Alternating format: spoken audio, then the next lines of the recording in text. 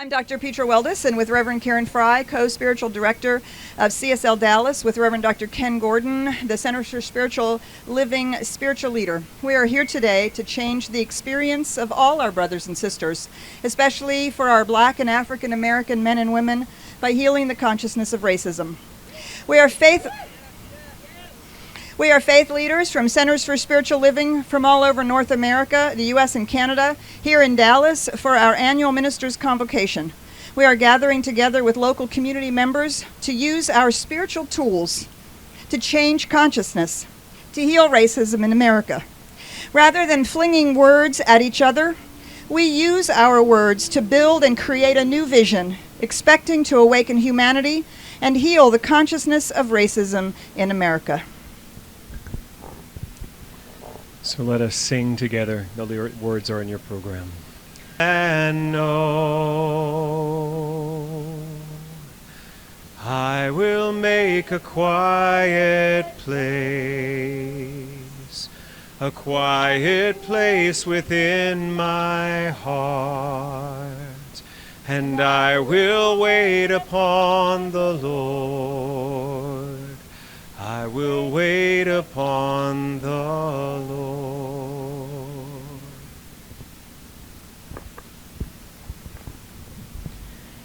And so I invite us all to go within, to that infinite field of grace, that infinite field of love,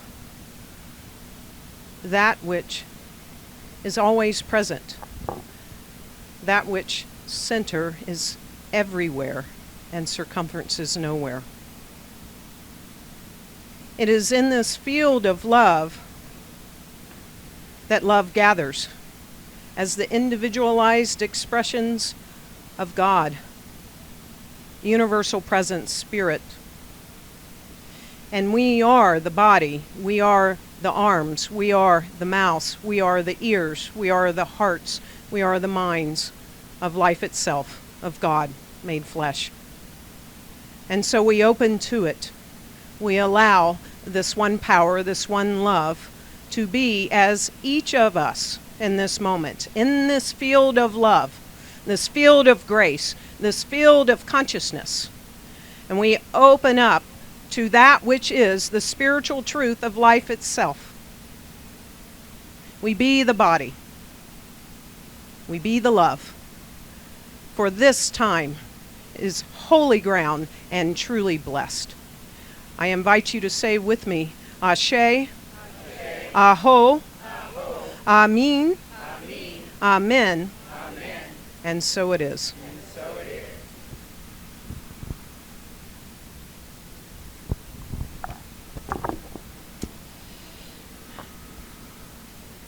Reverend Dr. Michael Gott from the Unity of Houston, who is also a Center for Spiritual Living minister, we're so grateful that you stepped forward today to share your voice with us in so many ways.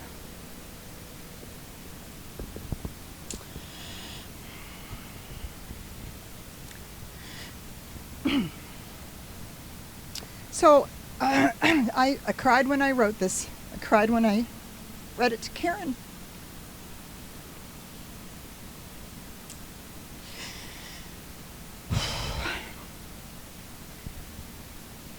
Centers for Spiritual Living and CSLDallas are invoking the power of prayer and meditation, along with spiritually grounded moral call to our political and faith leaders dedicated to healing the consciousness of racism in America.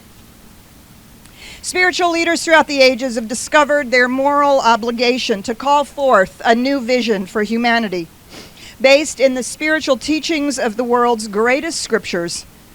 In our Judeo-Christian culture, this began with the Hebrew prophets, reminding the kings of Israel that without a moral compass and a spiritual grounding, the state will fail.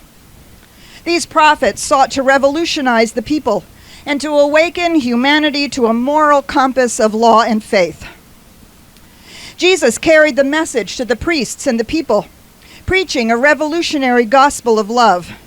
Not only a love of the divine, but also a love for neighbor and self. He too exhorted the leaders and the people to find common ground with those unlike themselves, both Gentile and Jew, Hebrew and Greek, for the good of the individual as well as the state. He sought to revolutionize spirituality and awaken humanity to an inner compass of love. Martin Luther nailed his 95 Theses on the door of Castle Church in Wittenberg, Germany, citing the sale of indulgences as the prime example of the corruption of the church. Sparking the Protestant Reformation, he revolutionized Christianity by urging the people to learn the spiritual teachings themselves so as not to be held hostage or beguiled by the wealth and power of the church. He sought to revolutionize where power and authority live in spirituality and to awaken humanity to our own ability to discern our inner compass of truth. Our American Revolution and our founding documents continued this revolution of awakening humanity to the possibilities and potential for each life in the context of civil society by creating a nation based on the premise that all men are created equal and endowed with the inalienable right of life, liberty, and the pursuit of happiness. These men were prophets of a new idea, revolutionizing government, awakening humanity to the worth of each individual, and creating a compass that has led us toward greater and greater human rights. Of course, we know that at the time that only meant male property owners who were primarily white. Slaves, actually black men, were counted as 3/5 of a person, and no woman counted at all. But the die was cast and the revolution continued. People sought to expand their understanding of the prophecy that all men are created equal, and to find the moral and spiritual fiber to claim it for themselves and for each other. So came the abolitionists, the women's suffragists, the civil rights movements, the ADA, gay pride, and the dreamers. Over the course of time, all men has been stretched to encompass and understood to include all. This broadening was the result of good, decent, spiritually grounded people and motivated people engaging in self-examination and performing a profound moral inventory on themselves and on our country, examining the results of this prophetic history and ongoing revolution. Every person made in the image and likeness of the divine creator, imbued with inalienable rights, is in fact included in all men. Except they aren't. Not in practice. Not in the persistent ways that our culture holds on to beliefs about groups of people, especially black people, especially black men. Once again, it becomes the moral obligation of prophets like Martin Luther King Jr. to awaken humanity to those that were kept out of the revolution, those who were not included in the equality of all human beings. Martin Luther King Jr. sought once again to broaden the revolution to the blacks and African Americans in our nation by awakening us to our moral compass of inclusion, respect, and the dignity of every life. And yet the last few years has shown us that this revolution is not over. What creates this pernicious undercurrent of racism, even fear of black people, especially of black men? It is because there are still underlying beliefs held in the psyche of America that causes us to fear a powerful black man and despise a strong black woman. The grandeur of America is its open arms and our outrageous belief in the possibility and potential of every single human being. When some cannot come to the banquet and others are murdered at the feast, there is a cancer eating away at the heart of America, tainting its very soul.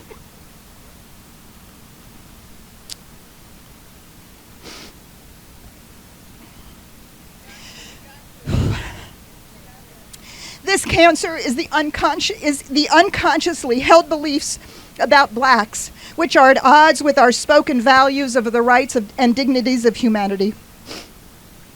So there is an underbelly in the consciousness of America, just as we subconsciously cling to the beliefs that are wrong, outdated, and dangerous.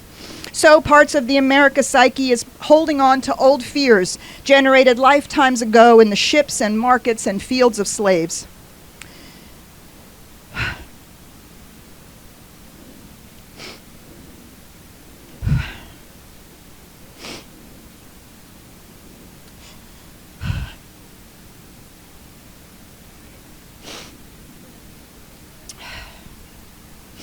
Can we imagine proud warriors ripped from their tribes and strong matriarchs torn from their families, arriving in the Americas half-starved, but with an insatiable anger and a burning desire for freedom?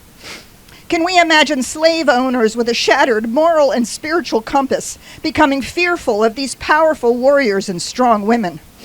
Fear creates anger and the need to suppress, which only invites more resistance. Thus, violence begets violence until death or defeat is the result. Yet the stories starred these men are angry and strong. That the stories stated let me read it again, I'm so sorry. Yet the stories stated, these men are angry and strong, be afraid, don't let them lift their heads for a second. And these women, they won't listen, they are too full of themselves to do what they are told, break them down, don't let them lift their heads for a second. And more death and defeat is the result. Now what happens over time is individual stories pass into generic stories. These become legends, the legends become myth, and the myths fade from the conscious mind. But the lingering odor of these stories merge into the fabric of the psyche as underlying beliefs, assumptions, and perspectives about life that are at odds with the values of an awakened humanity and the moral compass provided by this ongoing revolution that we are engaged in. This is the consciousness that cries out for healing. This is the consciousness that perpetuates racism, the murdering of black women and men without justice or change. Simone Weil, the great French philosopher and the only 20th century Catholic saint, writes, "How then shall we define injustice? Injustice is this cry of a soul being hurt. The soul of our black brothers and sisters and the soul of America is being hurt by the injustice of racism. This racism is so plainly against the values of America and the moral compass of spirituality that it is crying out to be healed. A prophetic voice is called for, or the state will fail and the people shall perish. So we, faith leaders and members of Centers for Spiritual Living, we lift our prophetic voices together with all faith leaders of every tradition, and we call for a healing of these unconscious beliefs, subconscious fears, and sometimes outright lies. We seek to bring this consciousness to the surface to be healed. Centers for Spiritual Living believes in the unity of all life and the oneness of humanity. We believe that the highest God and the innermost God is one God. We believe that God is personal to all who feel this indwelling presence.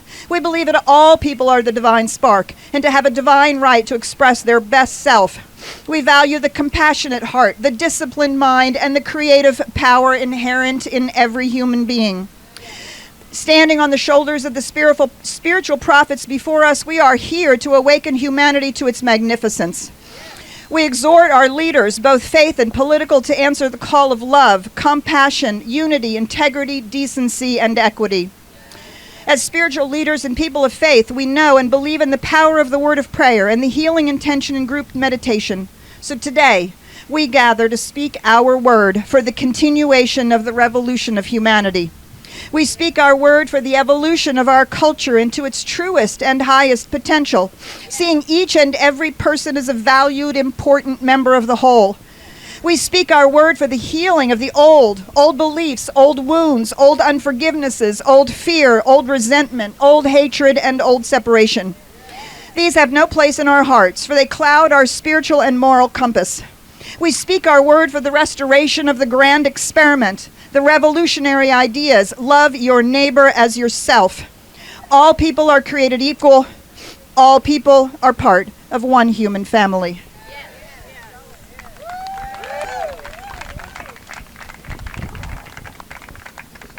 I'm not sure what we're doing next. Sorry.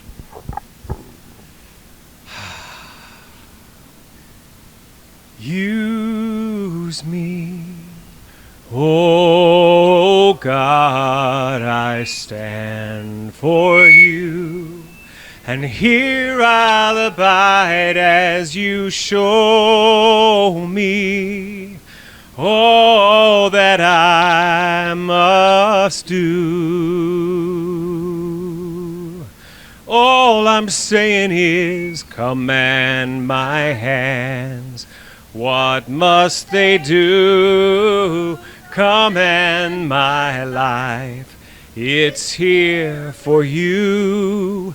God is the love that heals all creation and all of creation. God is creator, all in all, needing us to shine its light as me, as you, so use me. Oh God, I stand for you, and here I'll abide as you show me all that I must do. Thank you, Michael.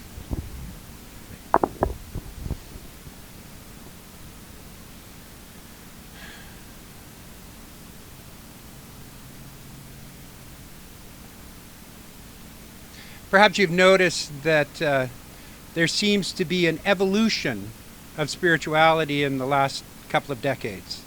That something seems to be waking up in the world around us, that something's stirring within us and no longer allowing us to stay rooted in the spots that potentially some people have been for hundreds, thousands of years. Something's being moved and quivering in the wind itself. And there's a light that's shining now upon this planet, the planet, that is larger and greater than any light that has ever shone before. It is the awakening of humanity, and as that light grows in dimension and grows in scope and grows in size, what we're recognizing in this day and age is the growth also of the shadow that it creates. And the important thing that we know and that we realize is that shadow, as Thomas Troward said about darkness, is nothing in and of itself. Troward said that darkness is nothing in and of itself except the absence of light, and what the shadow is nothing in itself except the absence of light as well. It is missing what we have to offer to the world and what people of faith will use and utilize to be able to transform the world. And believe me, it will be done by people of faith. It will not be done by politicians. It will not be done by anyone who is disorganized. It will not be done by that group of society who decided to withdraw, and it will not be done by the group of society that decides they want to stay where they are. We're not just revolutionaries, we are evolutionaries. We believe in the conscious evolution of humanity, and what we recognize and see taking place in the world today is exactly that. We're seeing the opportunity of seeing issues that have always been there. Racist issues, violent issues, women issues, you name it. They're showing up now so that we can see them because the light is growing.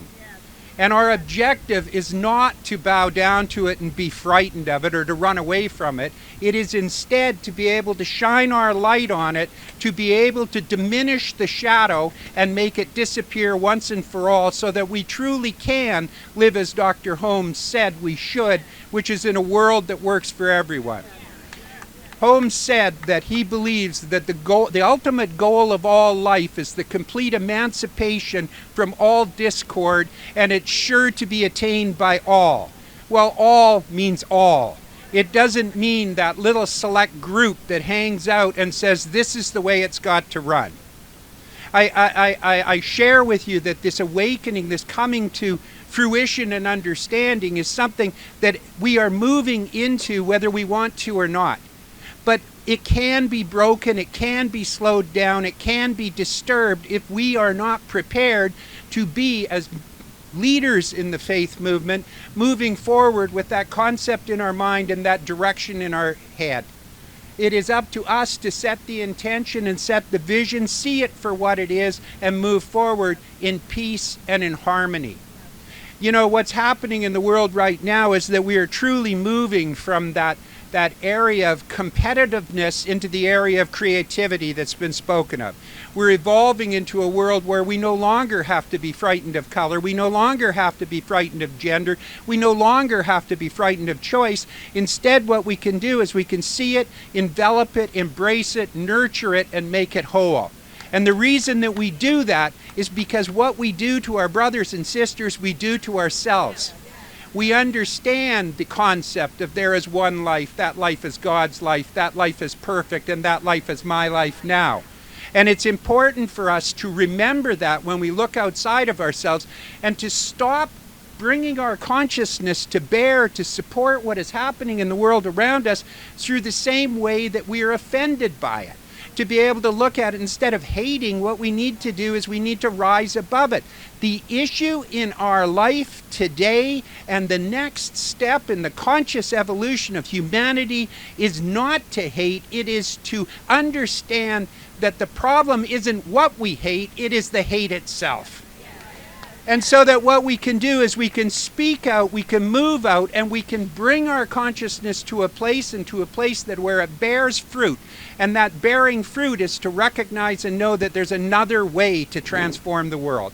There's another way for us to do it. It is the next step in the evolution of spirituality to be able to come together and work together with all denominations everywhere at all times for the purpose of achieving a goal and a vision which is a world that works. And for us to do that, it's necessary, as we have always been the cutting edge, it is necessary for us to move into a new way of acting and a new way of action in life. I share with people that how I'm beginning to view and practicing working my spiritual practice in the world is by looking at the things that disturb me and bother me. When I turn on the news and I find myself irritated, results in me having to work for 2 or 3 hours to get myself back to normal again. And the key is to be able, though, to do that and continue that practice until I can view and you can view the world from the same perspective, which is to see it through love, through light, through joy, and through purposefulness without having to have that sense of hatred, that sense of anger, that sense of futileness, which we often see and experience. So what I'm trying to do for myself is I am attempting to be able to bring my consciousness to bear so that when I see something that's happening in the world around me, I can accept it for what it is, but at the same time speak out about it. At the same time be able to go forward and really exercise and know that when we talk about we are one, we are talking about everyone. It's not I am one with somebody who looks like me. It's about I am one with all of life, and I need to treat it with respect. So what I'm doing is I'm practicing this simple thing. When I see my 7-year-old grandson running with scissors, I step forward and take the scissors away from him. He screams, he bellows, he stomps his feet, and he gets mad at me. But I take them away from him because they are a danger to him and everyone around him. What we need to learn to do is to view the world from the same way. I do not hate my grandson when I do that. I am not angry with my grandson when I do that. I am not violent with my grandson when I do that. I do it because it's my responsibility as a human being. So when we see someone in our society, we see someone in our world, we see someone in our country that is running with scissors, it's our job to take them away from them. And that job is our sacred responsibility to be able to do it with love, with light, with knowledge, with respect, with honor. And that is the conscious evolution that is taking place right now. So God bless the shadow. It's giving us the opportunity to transform it into light. Know you're loved. Thank you. I come to speak of love, to speak about the power of love. Love is the grandest healing and drawing power on earth. Love is a cosmic force whose sweep is irresistible. Love is the greatest power there is, and it is this power, this presence, that we have come here to be. It is the very reason of our being and for our very life. We are made in the image and likeness of God, and God is love. Fred Rogers, affectionately known as Mr. Rogers, as you may remember him, said in one of his programs to help the children of America deal with the assassination of JFK, sometimes we need to struggle with a tragedy to feel the gravity of love. Love is what keeps us together and afloat. Having myself just watched the movie Are You My Neighbor, I was truly inspired by how radical his messages were for his time and how relevant it is for us today, because we find ourselves over and over again faced with tragedy. Tragedies of war and of weather and of earth, but also tragedies rooted in our inability to love one another. Fred Rogers also said in an interview, "The ones who would make you feel less than you are, that's the real evil." Although we don't use the term evil, we certainly see the evidence of what Mr. Rogers was pointing to.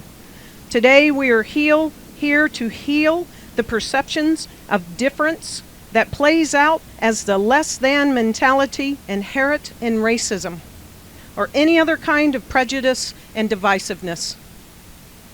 Our founder, Dr. Ernest Holmes, wrote, "God is love, and we are its express likeness, the image of the eternal being." When we realize God and we are one and not two, we shall love both. We shall love each other as an expression of God, and God as the life principle of all. Love is free from condemnation, even as it is free from fear. Love is a cosmic force whose sweep is irresistible, and I claim and declare and demand that this irresistible force, this cosmic force, sweeps through each and every one of us in this country right here and right now. For there is that which is within each of us that has never been afraid, never been limited, never felt separate, never been harmed, and never known hatred.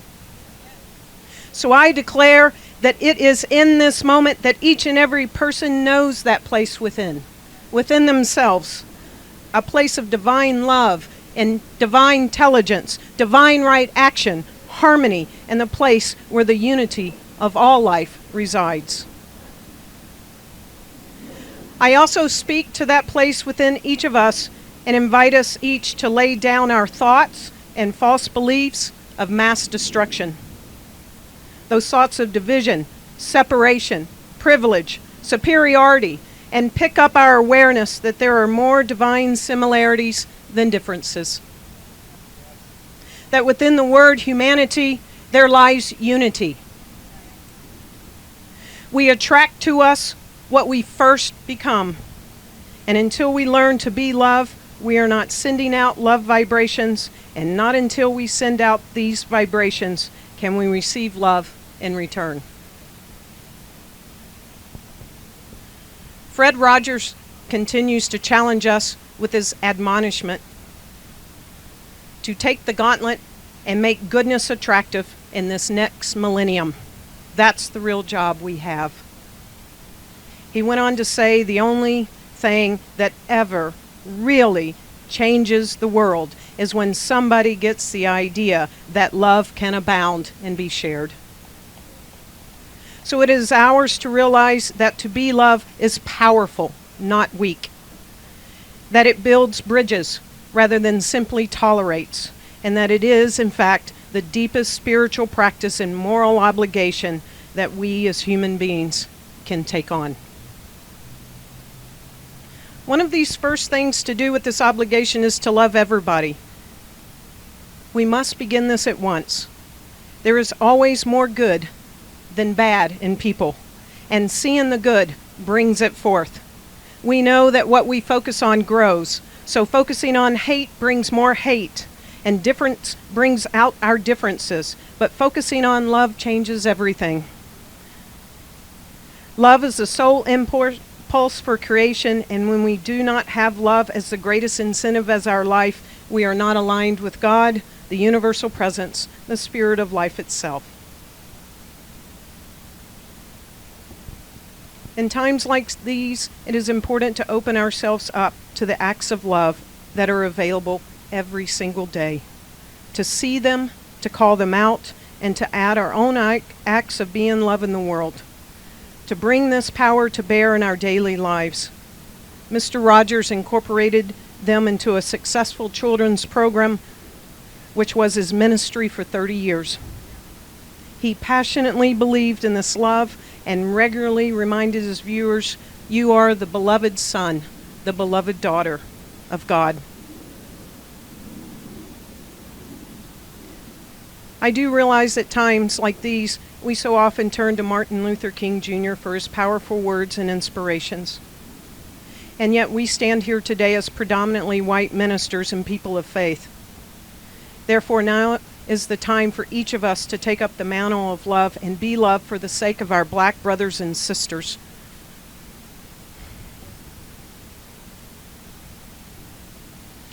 To ensure that our thoughts, our intentions, and especially our words and actions are not passive, are not moderate, rather powerfully active and significant.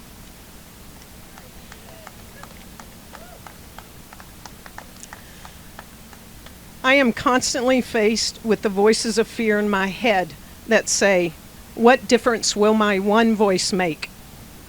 If I take this stand for love, people won't like me. Someone else is better equipped to take this stand than me. I feel overwhelmed already. Why even try? There's nothing I can do. I'll probably say the wrong thing or do the wrong thing, and somebody will judge me." Thankfully, I've begun to learn how to let the voice of love drown out the voice of fear. And I've actually had a few experiences where I did get it right.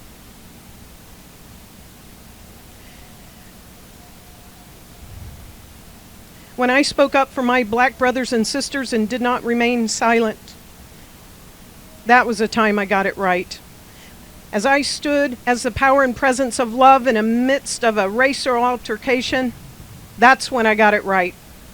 Most importantly, I've made the commitment within myself that I won't be a bystander.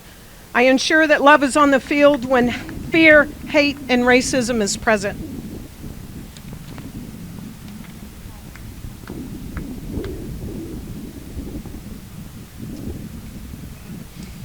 Recently, in a Faith for Dallas meeting, I was touched by Reverend Dr. Michael Waters of the AME Church of South Dallas,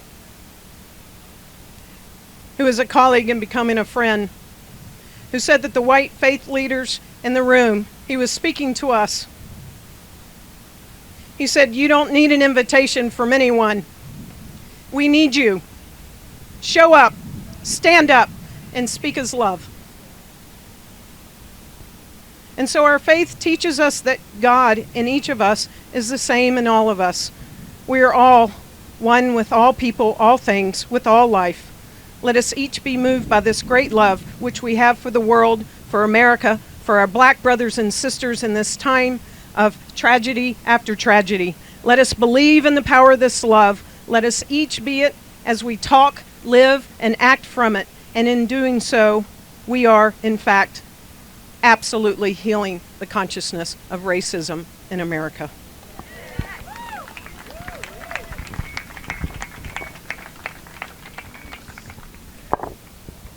Take a deep breath.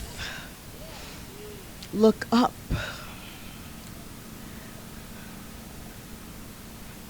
Breathe. Science of Mind is a faith. It is a philosophy, and it is a way of life. It is our way of life. And everything that I have heard and you have heard up until this very minute reminds us that the one technology that we have to offer to the world that no one else knows the way that we know it, is spiritual mind treatment. Not beseeching prayer, not begging for change, but claiming what is actually the truth of Spirit's highest vision for life itself. And what I know is that in this very moment, those of us right here gathered, those of us who are present on Facebook, those of us who are within the sound of my voice, know the truth of everything that has been said, and we are ready to claim that now. So you may call it a prayer closet. You may call it a chamber of prayer. You may call it simply speaking the word. But I invite you to join me in this moment, claiming the truth of love, respect, harmony, wholeness, claiming that diversity is a divine idea and racism has no place in it. And so as we pray together, let us know the truth. Please join me now. There's only one life. That life is God's life. God is perfect, and God's life is my life now. There is nothing that can happen that is outside of the circle of God. There is only one life, one way of being, and I claim it. Having been created by the divine, what I know is that we hear the consciousness of racism today, right here and right now. We replace the consciousness of racism with the consciousness of love. We know that diversity is a divine idea and there is nothing to be afraid of. We know that every heart present is speaking now to move away any hatred, any violence, and we take on what is ours to do. I'm so grateful for knowing that I don't have to take many words, that I can simply claim the truth right here and right now in my heart. And I know that I am simply speaking the truth of God into life itself. It is not my truth, it is God's truth. And so I speak that right now. I know that God is using my voice right here and right now, and I surrender to that. I surrender to it completely, and I allow it to be.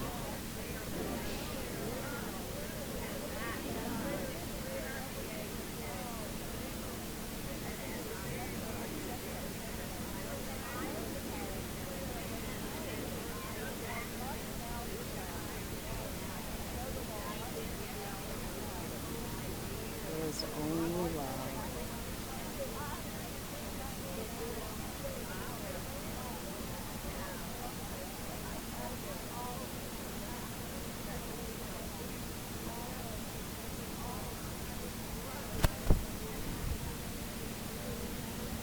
Yes. Yes. Yes. Yes. And every prayer spoken must be fulfilled completely and totally. And together we affirm this by saying, and so it is. In this moment, in this place, I remember who I am, letting fear and worry fall away from me. I open my eyes and see there is only love. There is only love. Love that heals, love that sets us free. There is only love. There is only There is only love. Love that heals, love that sets us free. There is only love.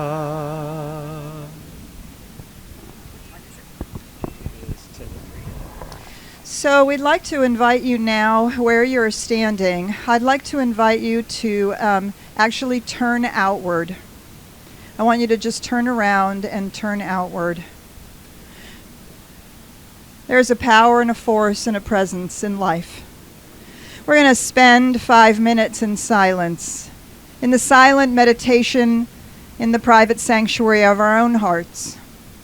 I'd like to invite you now to bless America.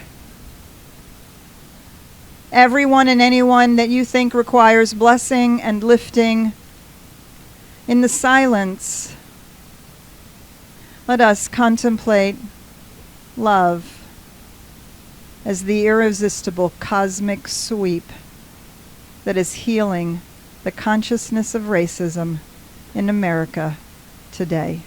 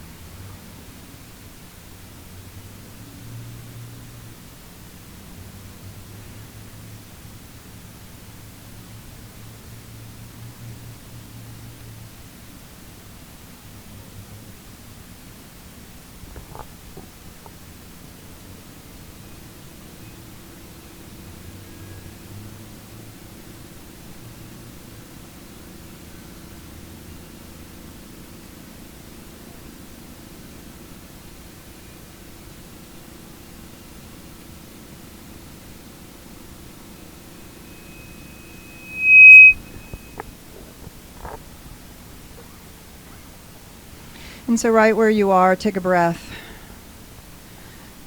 And as you exhale that breath, know that you are the breath of life. You are the breath of love.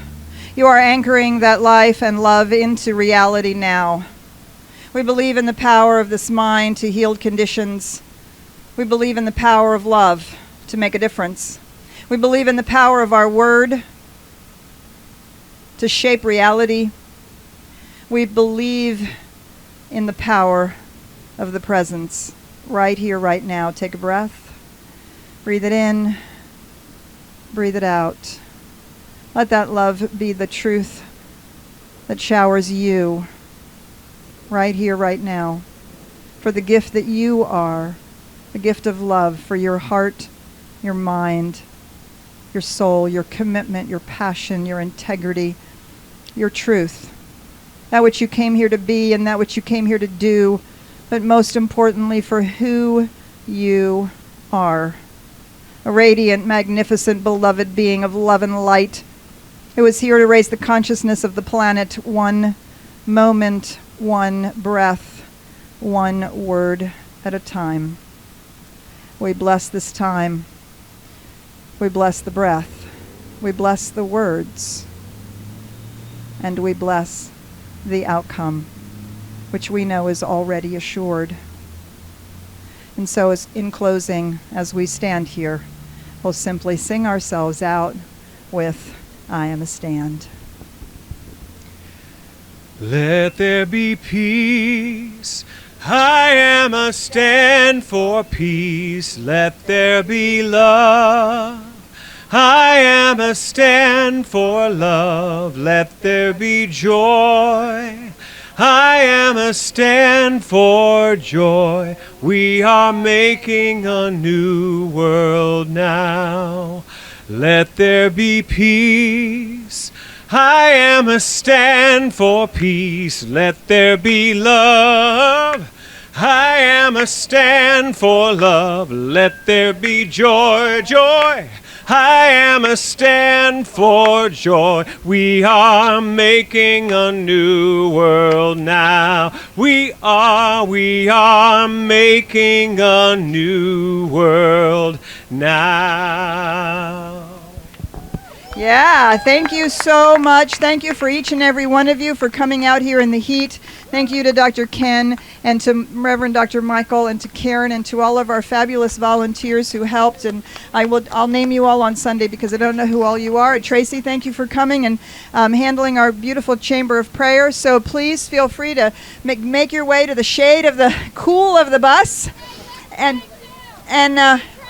so thank you.